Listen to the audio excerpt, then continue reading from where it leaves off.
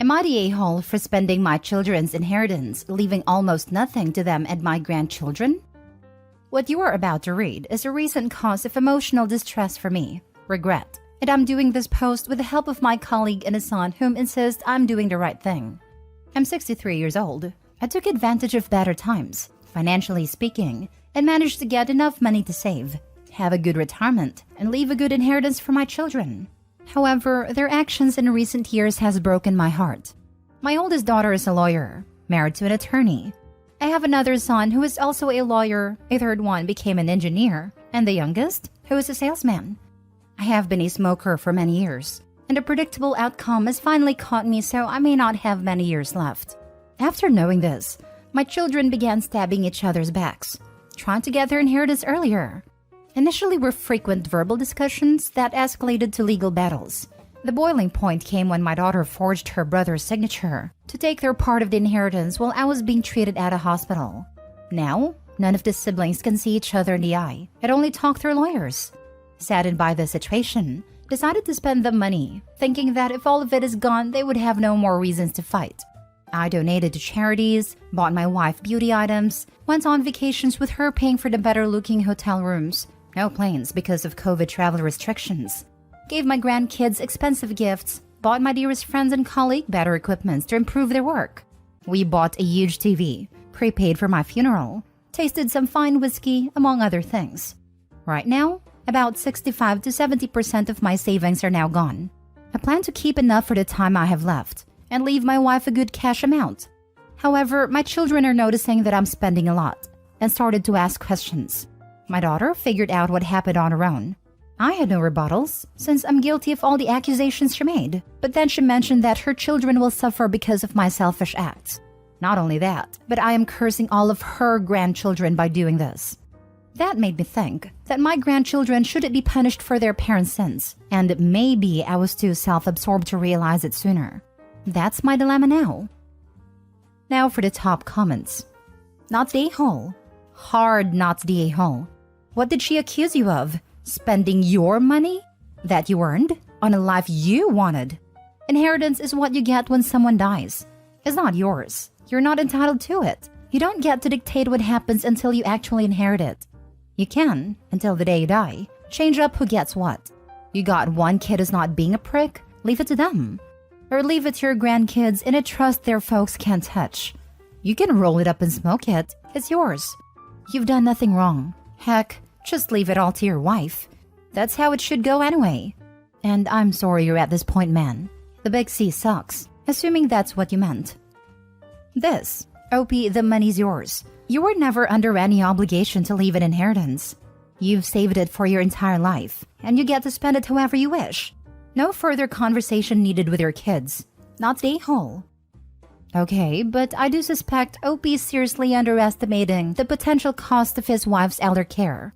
That can be years or decades of mind-boggling expenses, especially if she has to hire someone to do the administrative piece of it because her kids are too backbiting and spiteful. OP, I'm sure your wife appreciates that you're making her final years with you pleasurable.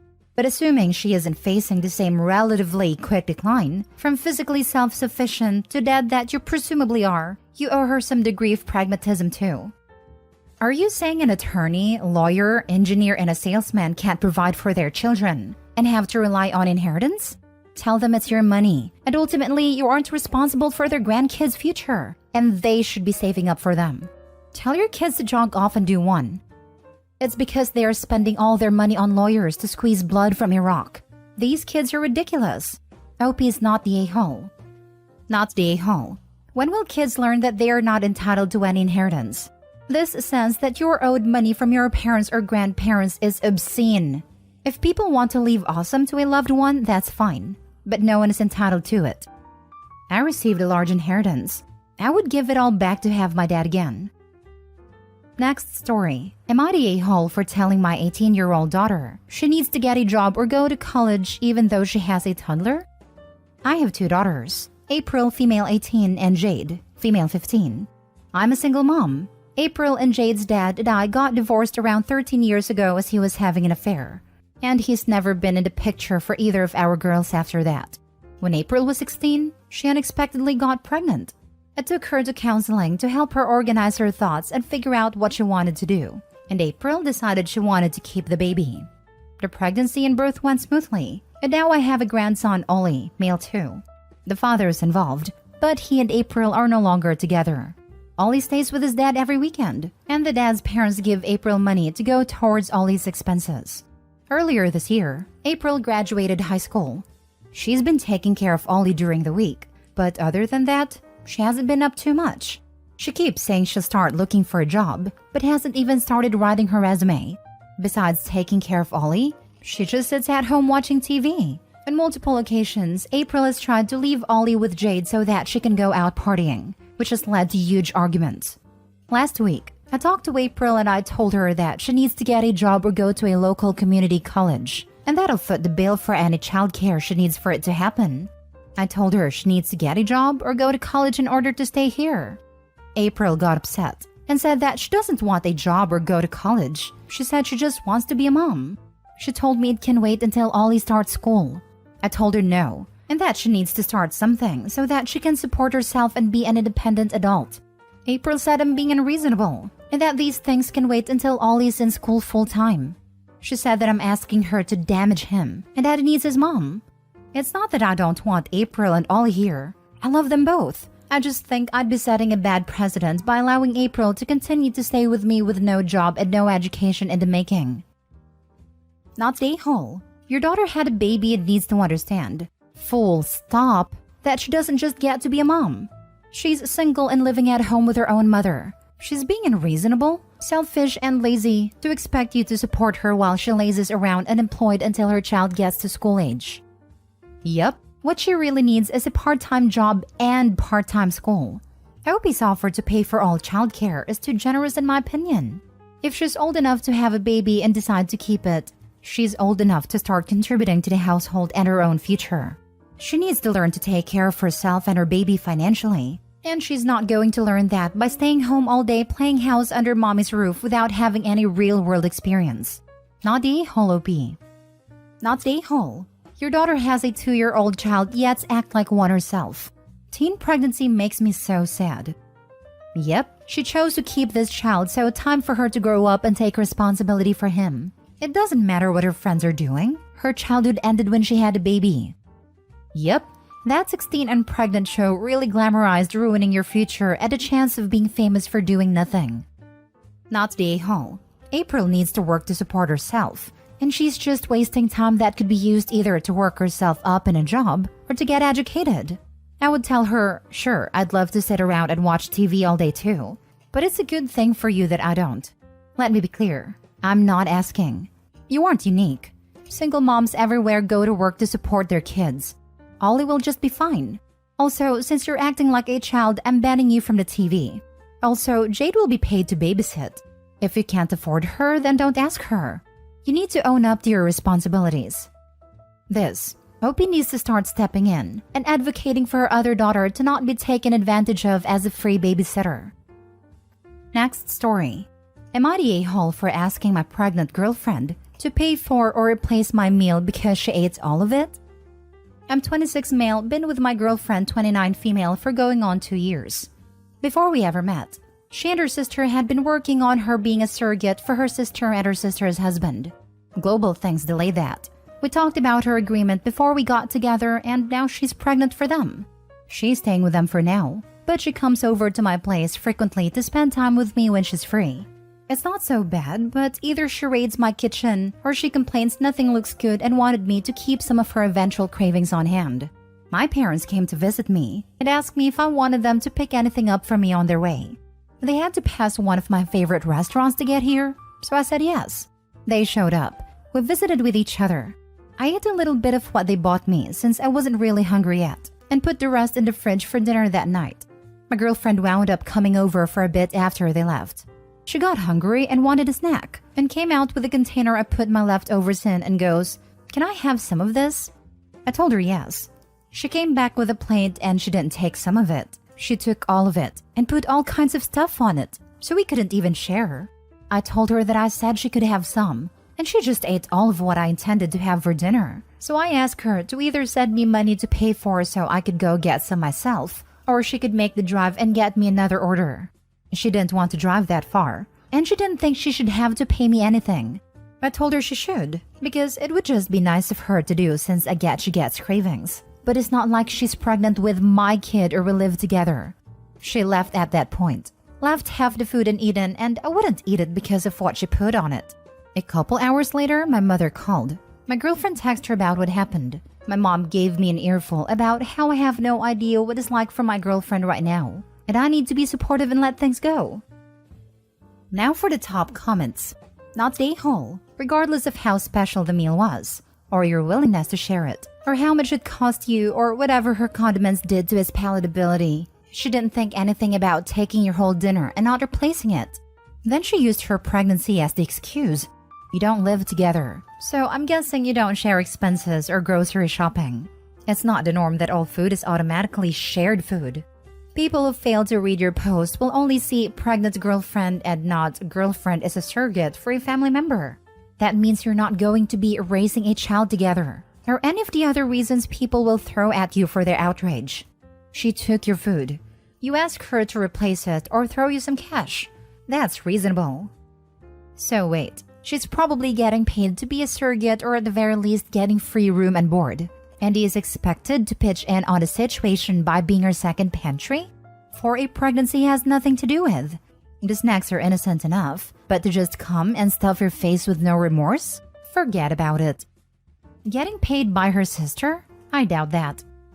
She could be that generous and pure of heart to provide this out of kindness, but who voluntarily wrecks their body and not getting anything in return except for good vibes? Not the a-hole. And when you have a disagreement, your girlfriend calls your mom so she can scold you? Dump the girlfriend. Isn't it the most cringe to involve someone's parents in an argument when you're dating? Cringe enough when they involve their own parents, but involving the partner's parents is next level. I could take a wild guess that Opie's mom is overbearing and kind of bossy, so I picked the same kind of woman as a girlfriend, hence why they both walk all over him. But I'm just spitballing. Not the a-hole, your girlfriend is. Being pregnant does not mean you can raid the fridge of a house you don't live in. She should ask prior to her fridge raiding and replace items when asked.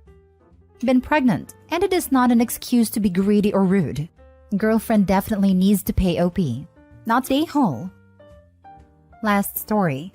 Am I the a-hole for telling my husband I'd rather nobody use my holiday booking out of spite? My 23 female husband, 27 male, and I have been together for 5 years, married for 3. We're both athletic people, or at least I used to be, so we've been planning a holiday for the past year. Without going into major details, it's an expensive holiday by my standards, and it would have involved a lot of hiking. I was looking forward to it. I was in an accident recently, and once again, without going into much detail as it's triggering, lost my leg. It's upsetting, but I'm not in a place to openly speak about it outside of therapy. Obviously, due to this recent restriction, I'm unable to do what we'd planned for our holiday. I hadn't thought about a holiday.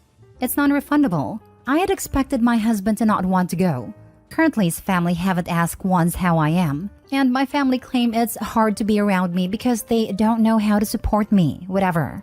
Then yesterday, he said he invited his sister, 19, in my stead. I was baffled because I expected him to support me. He said it's not for 2 months. I'm like, so? Cancel. And plan something we can both do. He said he needs break, that he's been supporting me. He deserves this and he was also looking forward to it. So I said, you go. But I paid for my spot. So no, she can't use it.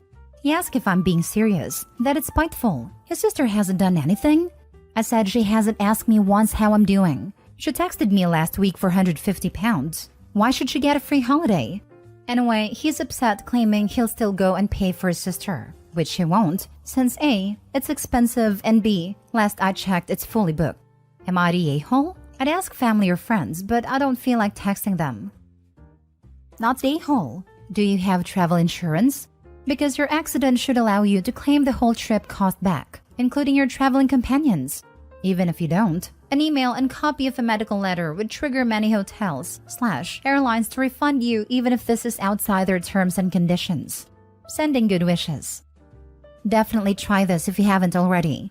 My mom had a flight voucher expiring with no options to extend. She emailed explaining she had to have surgery, and they extended it for a year, and she can use it for other locations. Yes, do this. Sometimes people surprise you. Explain your extreme circumstances, and I'm sure they could find a way to work with you. As a physiotherapist, I have worked with patients after amputations, some after accidents. It is such a distressing experience, and it is hard to count all the aspects of your life this impacts. Many young athletic people who lose limbs will enter a total identity crisis on top of the grief that comes with losing a limb, parts of your future, hiking, and all sorts of things. This is really, really hard to go through. Your husband should be there for you, and probably go to therapy himself to deal with his own feelings. We used to put children who lost limbs in the same training area as soldiers. This helped the children feel better and made them want to train, use their prosthetics, and the soldiers were amazing. You seem so alone in this, and I am so sorry for that. Now, some people mention your husband might be burned out. My boyfriend was severely depressed for about a year. Was it hard for me? Yes. Was it much harder for him? Yep. I stood by him, helped him, comforted him, and showed him how much I love him every day. It was worth it, and it makes me so happy to see him thrive now. Your husband needs to do better. Your husband should not go on that trip without you. Some might say that you could be the bigger person and be happy for him and his sister enjoying said trip, but you lost your leg. You are not, in any way, supposed to be the bigger person here.